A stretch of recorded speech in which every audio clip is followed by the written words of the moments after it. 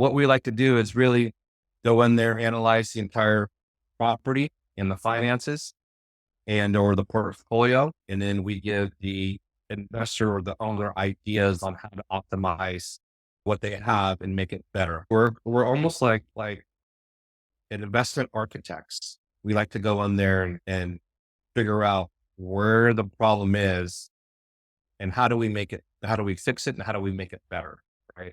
So that the investor or the owner feels good about working with us and feels good about that investment. I know where you always are, hanging neath the brightest star, just so you can always shine a light on me. Welcome to B2B Synergy, the Power Partners USA podcast, your exclusive guide to discovering the potential of B2B partnerships. I'm Alan Armijo, owner of Power Partners USA, business-to-business introduction and referral service. Our members are B2B professionals who team up to provide each other repeat referral or business collaboration. Today's episode shines the light on the real estate world of Charles Chang, owner of CMC Realty and Property Management. Charles is a Power Partner USA member. Charles, I'm really looking forward to this conversation because I'm hoping you can help me understand more about the specifics of the services you provide. Sure. Yeah. We are a boutique real estate firm. We focus on three areas. One of them is property management.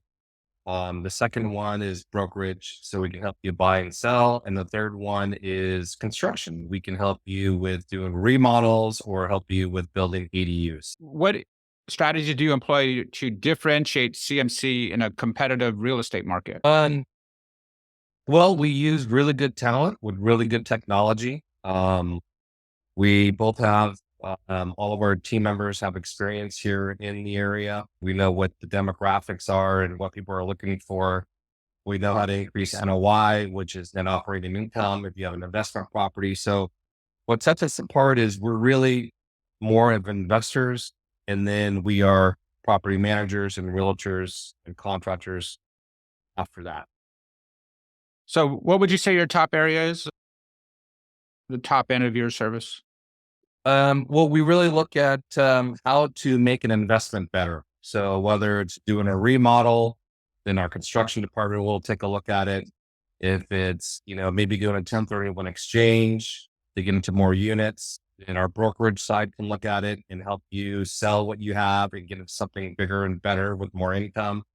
Or even if you're looking just for a house, a bigger or better house, potential to build an ADU because you want to do a multi-generational living, have the grandparents move in or the in-laws, we can do that. And then lastly, if you're out of state or if you just want to be a hands-off investor, we can help you with the everyday management of your property. So that's why your real estate and property management and the ability to build, you have a lot of areas covered. So you can, is that true? You can cover you can help investors in a lot of different ways. Yeah, absolutely. It's, case by case, every investor is going to have a different pain point. And so what we like to do is go in there, interview the client, find out, where they're struggling, where they need help, give them some ideas. And then what we like to do is put a plan together, kind of like what a financial planner would do with someone's finances. We ask the questions, we find out, where the gaps are, and then we go in there and put a plan together. So what is your client makeup of? It includes everybody. The accidental owner, someone who inherits property because maybe a relative passed away. It can be a small mom and pop investor who just decided to buy a couple investment homes here and there. It can be someone who just wants to maybe upgrade their home. So just a homeowner, or it can be an institutional person or a private equity company who actually have a portfolio of properties they want to help possibly manage or sell. Okay, let me ask you kind of a couple of general questions. Like, how are higher interest rates at this time at the end of December affecting business in any way? Well, it's called the locked in phase that we're going through right now, where everyone's kind of locked into a low rate, so they don't want to really buy any more investments and have to pay a higher rate if the numbers aren't returning. to what you're used to. So if you're not making the type of return on your investment, then you're not going to make a move. So a lot of people are sitting on the sidelines. A lot of people who actually want to upgrade their home and get into a bigger home or even to a smaller home, they don't want to sell it because they have a low interest rates that are locked in, and they just want to either stay there in the house or they don't want to sell it. They want to rent it. So we're seeing a big shortage in inventory, which is causing a lot of the activity to really stay flat for the most part. Does that increase property management in any way? The Yes. need for company. Yeah. So while the brokerage sales has gone down, property management has gone up. You're saying, like, say, a first time investor, somebody comes like with this, an investment property that wants property management. Like, how do you determine rents? Just say, like in Long Beach or any city, how are rents determined? Well, it's just like, looking at the value of a home, we actually do comps, right? So, when you're selling a home, you do comps to get the value. Same thing with rentals. When you're trying to rent a property, you do rental comps. And then how are your costs for property manager determined so that the investor knows what your costs are or to him? Well, our costs are pretty transparent. It's all listed on our website. So if you go to cmc-realty.com and you go to pricing, you'll see all of our pricing right there on the website. Okay. And we'll have that link in the show notes so people can refer to it, right to it. What about creative ways people are using their second home or investment properties that you're seeing? Well, there's a number of things people are doing. They rent them out as a short-term rental. So like VRBO or HomeAway, where you can actually, rent by the night. Some people are converting them to student housing where you can actually rent a bed or a bedroom to multiple tenants, or they're actually going after, trade schools where, like nurses or traveling nurses or contract workers have to come down for maybe 3 to 6 months to work a job. Would you say those ideas are uh, better strategies than just say renting to a family long term? I wouldn't say it's better. I just think it's, you just have to pivot. If, you can't get the returns you want on a long-term rental, maybe you pivot to a short-term rental and try that. But right now with short-term rentals, there is a supply, um, versus demand issue, which means that there's too much of a supply, not as much as the demand. And that's what we're seeing out here in the Southern California area. So a lot of people are actually converting their short-term rentals into long-term. Long term, um, still under VBRO or Airbnb, or just like traditional rental? Traditional rental. They're taking them off the short-term rental portals and they're putting it into property managers like us so that we can actually rent it to long-term tenants, at least a year or longer. Okay. And then, do you still have the sister company R3 Pros? We do. Can you explain what that is?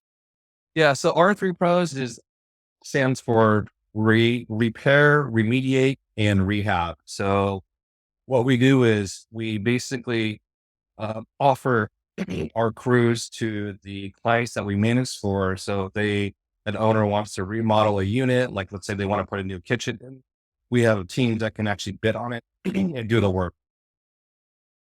We also do the maintenance. So if there's any deferred maintenance, if there's any rehab that needs to be done, we can do that as well. So we're usually cheaper, faster, better. And so, like, you just let people know that you have this service available. Do you really market that much around? Or is it on your website and all that? No, we don't really market it. It's really an added value service that we give to our clients that we manage for right now, because we're just too busy to go outside of the portfolio. You just get the work done yourself. It's better. Yeah, I mean, we're still bidding on the work. We're competing against third-party vendors, but we can do it a lot faster, a lot cheaper, okay, and a lot quicker because we're managing the schedules of our guys. We get a lot of the material at wholesale prices. We actually even store material when we need to for a project. And we know time is money. So when a unit that we're managing is sitting there vacant, we can actually position our guys to get in there right away to start the project so we can get it rented.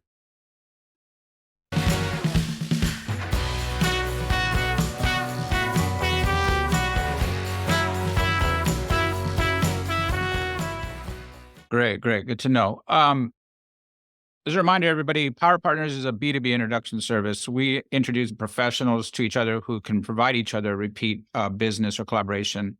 We're targeting this podcast to your Power Partners, Charles, to bring you more repeat referral business. Who are your Power Partners?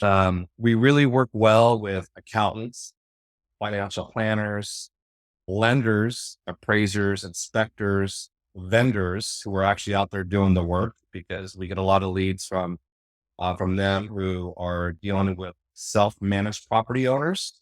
So a lot of them are looking to get into retirement, so they want to like be hands off. So that's when we get a lot of good leads from the vendors. Well, State planners? yeah, really anybody who has a list of clients, of properties, anybody who has a property, anybody who deals with people who have properties, anybody who's actually out there doing the work. Contractors are a good one, lenders. So, Are you seeing repeat business from any of those? Like, we're talking to like more than one lead. Are you finding people that are giving you repeat leads? yeah, we actually get lead from other property management companies as well, other realtors. Like, let's say a property management company can't manage a property too far away from their office. They'll look us up and give us the lead. We'll actually get leads from realtors too, who are dealing with people who are buying properties who need management. So we'll get that too. But yeah, it comes from different places. So Are there any conflicts with other realtors, being that you have a real estate license and can buy and sell too? um, the perception is yes, but what we do is we do an agreement, two-way agreement. We say, hey, you know what, if you're gonna give us the lead in the business to manage your client's property, if they decide to sell, we'll kick it back over to you. Great. Um, because Power Partners doesn't have like category limits. We could have multiple realtors, and it's good to know that there's that kind of agreement. So we can bring more expertise, more resources into the network. How about in reverse? Are you finding yourself giving leads to any of these Power Partners? Absolutely. I mean, if we have a client who's looking to, completely retire, cash out of their properties, and they want to maybe put it all in stocks, then obviously we're looking for a financial planner. We have a lot of clients that are actually looking for insurance. So an insurance agent would be a really good power partner to us. Um, different subcontractors out there like electricians or plumbers, because like I said, we can't do all the work. Uh, we always need good vendors because we manage over 700 doors. So, if there's, 10 jobs going at once, obviously we can't do all 10. Okay. Well, speaking of the 700 doors, what are the challenges you have in property manager? Or what technological advancements are you using to help things run smoothly? Well, we always are looking for good technology. So, I mean, one of the things we're working on right now is workflow. So process management. So if we have like a new client coming on and we're doing some onboarding, and we have a list of tasks that we built into the workflow so that we don't forget one step, right? So that this workflow will keep everybody on task and on point, to the point where when you actually are done and you check mark, it goes to the next person and it goes into our bucket of to-dos. So you obviously will manage one door, one property. What's the most you manage? Well, the smallest building is one. The largest building is 50. So we manage anything between 1 and 50, but we're open to do more. So if there's a raccoon under the building, they call you for that. That's part of your job. One of our responsibility is getting a vendor out there to go try and to put it back in its home. Well, what are some of the craziest requests you've had?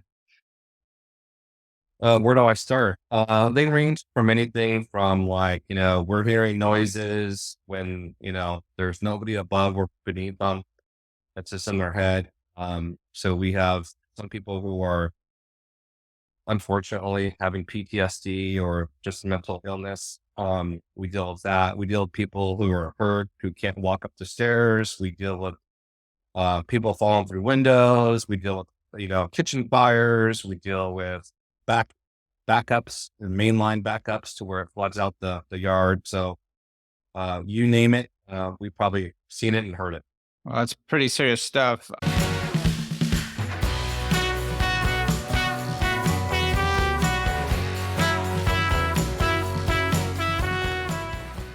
Let's go into the next thing as accessory dwelling units, ADUs. Can you explain what that is and how you approach ADUs or what you're doing with them?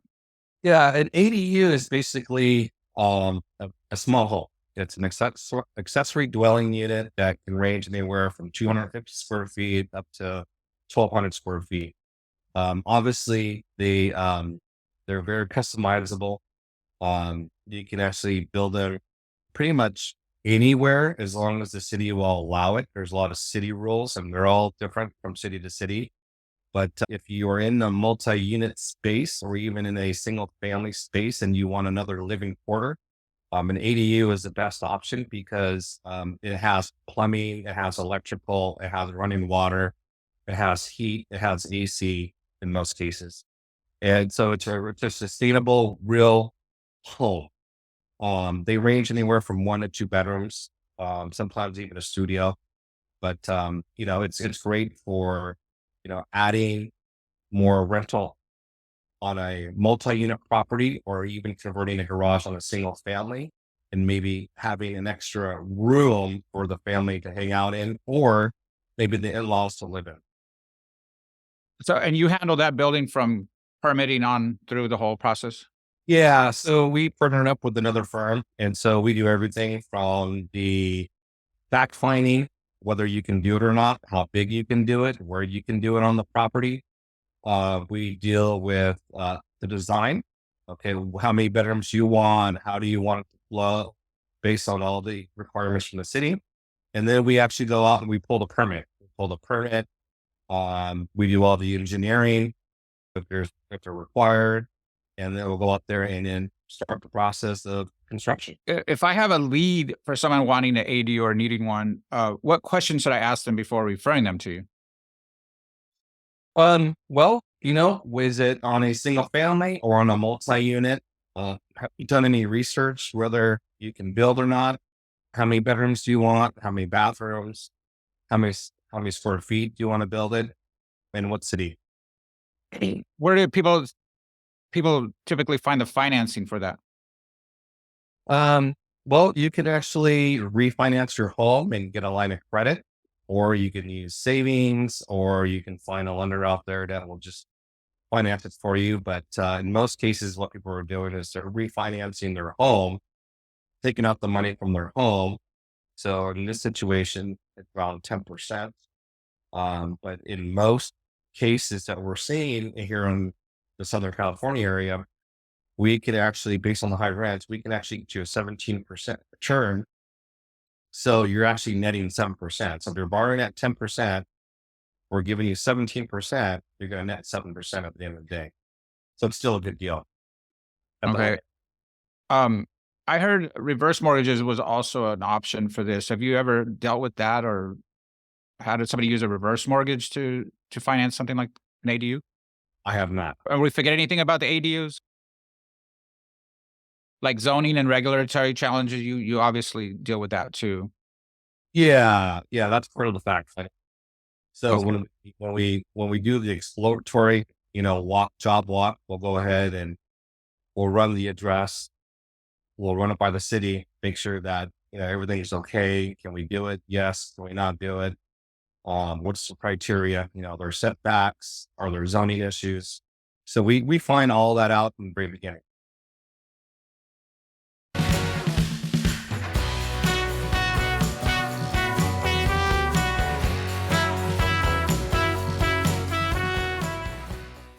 Charles, can you tell us how you make your clients money with their investment? Sure. Well, once we understand what they have, we'll go ahead and analyze it, sideways, front ways, back ways, and really understand where we can actually add value. So our expertise is really adding value to either our property or to a portfolio. And by doing that, we look at everything. We look at the finances, we look at the expenses, and we find out, where the gaps are, and we do a better job. And what I mean by a better job is we find out, okay, if you want to make more money, if you want to eventually sell this thing and buy more units, what we'll do is possibly propose an ADU. We'll do a garage conversion, or we'll go in there and find common area that's not being used by the residents, and we'll turn that into ADUs like we're doing now for other clients. So when you do that, you turn a 4-unit into a 6-unit because you added 2 ADUs in a common area.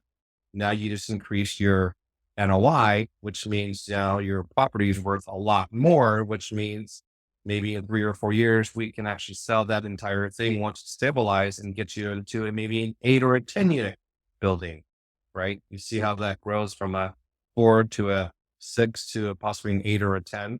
And we do that through a 1031 exchange. So what we like to do is really go in there, analyze the entire property and the finances or the portfolio. And then we give the investor or the owner ideas on how to optimize what they have and make it better. So is it done on paper? You can show people on a spreadsheet or something. If you do this, it'll cost this, but then you'll make so much more. Yeah. So we underwrite it. We'll underwrite it like a bank would. And we'll say, okay, if you put X amount of money into this building, whether it's remodeling all the units, adding ADUs, or doing a combination of both, we can show you how much money that'll cost because we're in the business of construction. So we know that dollar amount. And then what we can do is show you what the rents will be once you do the aftermarket improvements, right? So that we can show you your return on an investment and how long that'll be. And so then from there, we can make an educated decision on whether or not you want to proceed with the project or you want to pass on the project. Most of the time, it's so compelling to do it because when you see it in writing, the numbers are the numbers. Clients we don't have to convince them. They see the numbers and they're like, yeah, I want to do it. Please explain to me. I don't understand. What do you mean by you underwrite it? So like you said, we use a spreadsheet or we use some kind of tool or a calculator to figure out what this would look like from a cap rate, an IRR, a DSCR loan. What we mean by that is once we take all the income from the rents and we take all the expenses, OPEX, as well as the CapEx, which is the money you put in to do the remodel or the ADUs, we can show you what kind of return you're going to get on everything once the project's done. Okay, that's called underwriting the deal. We could actually show you if it makes financial sense or not.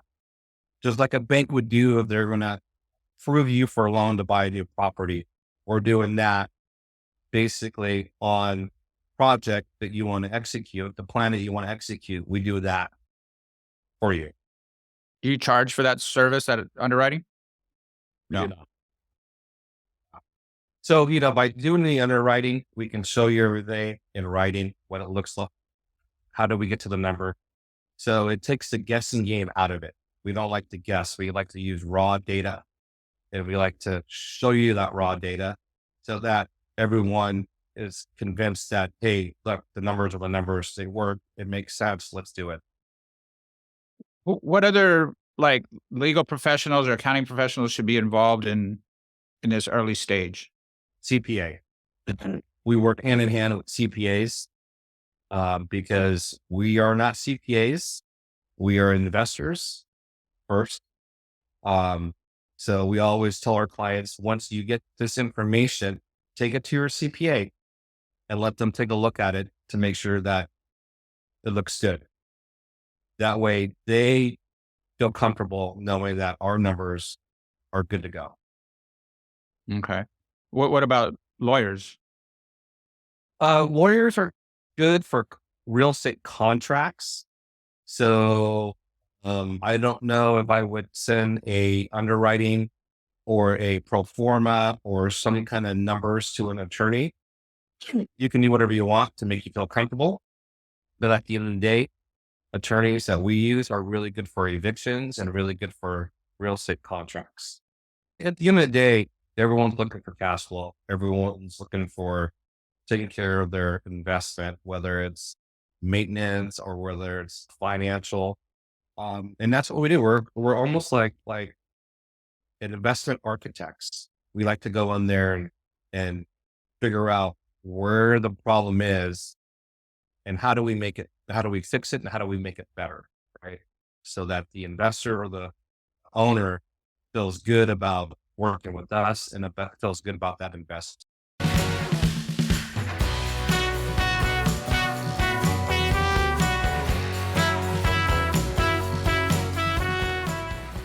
A 1031 exchange is when you sell a property, um, and you do a like for like purchase after you sell it. So if in order to avoid paying taxes on capital gains, what people do is, for example, they'll sell like a duplex and they'll buy like a fourplex.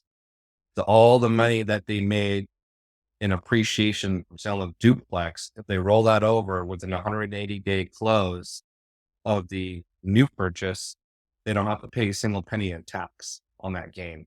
As long as you roll all that money into the new purchase, they're protected. So an example of that would be like you have a property but want a bigger property, say that has rental property on it. Is that a good Yeah, it's usually it's an investment property. It can't be a single family. It can't be your home. So 1031 exchange is really to keep it's to encourage the investor to keep their money in the market, right? So the way they outlined it is if you keep your money in the market, we won't charge you taxes on any of the capital gains on the property that you're selling. As long as you roll all that money into the new property that you're buying, it's tax free. So that 180 days, does that do people usually have things lined up, or do you help them with that? We help them with that. It's 45 days to identify up to as many properties as you want, but you have to close it within 180 days. Um, do those transactions usually run pretty smooth, or you had any hiccups there? Or They can be bumpy. It just depends on what kind of a realtor you have helping you. If you have somebody that knows what they're doing, then you should be okay. But if not, then it could be disastrous you could actually lose money or get taxed on it. or get taxed on it. Yeah. So you provide the education and the help on that. That's part of your service. Uh, is that what your involvement is on an exchange like this? Yeah, so we do everything. We'll do the consultation. If they want to work with us, what we do is we put a plan together, and then we let them know, you know, before we do anything, what it could look like and what to expect. So there's no surprises, right? Once we get everything signed, everything, all the wheels are in motion, then we go ahead and take action. Which means we list their current property and we start showing them properties that they can exchange into. But you have to make sure you have your team assembled because it can move pretty quick once you find something. And if you're not prepared, then you'll have a delay. And remember, the clock starts as soon as you close escrow on the down leg, that 45 days started. And it's only an investment property, not so that Right. somebody say maybe inherits a house or a property and they want to exchange it for something else. Well, that becomes an investment, right? So you probably can do a 1031 exchange if you inherit a property and it was a rental the whole time, or if it was turned into a rental. Now you qualify as an investment property. You definitely need to check the timelines and confirm that with your accountant, but it's possible. So an investment property always is basically an income producing property or rental. That's correct. And that's what this applies to. That's correct. Okay. It could also be land. It can be a restaurant. It can be a medical building. It can be industrial. So as long as it's an income producing property. Okay. Got it. All right. So we discussed a lot. Do you have any checklists or reference guides on things about helpful when people working with you want to, kind of do their research around working Uh, with you? yeah, go to our website. We have a lot of good information and good content on our website. We have a DIY videos on there for maintenance. We actually have, being a property manager for dummies on our website. So if you want to self-manage your own property, you can do that as well. We also have new content as to what's going on in the real estate world regarding ADUs and what's going to happen in 2024 on our website. So there's a blog on there that you can read, or you can just call us direct. And if you want to just come in and meet with us and talk to us about what you're thinking about doing, we can tell you what our feedback is. Okay. All right. Do you work only in California? Can you work anywhere? We only work in Southern California. Long Beach and surrounding areas, we go as far north as Inglewood or Monterey Park. We go down to South Bay, Long Beach, and then we go as far south as the Irvine Great Park area. Okay. Well, is there anything I'm missing or anything you would like to say about CMC? No, I think that covers it. But, there's a lot that we do. If you need a second opinion on something, or if you need some help managing some property or remodeling, let us know. We'd be happy to meet with you. Okay. Well, once again, we'll have all your information in the show notes of this podcast. We want to thank you for taking the time. Gained a lot of valuable information from you, and looking forward to introducing you to new power partners. And we'll keep networking. Okay. Thank you.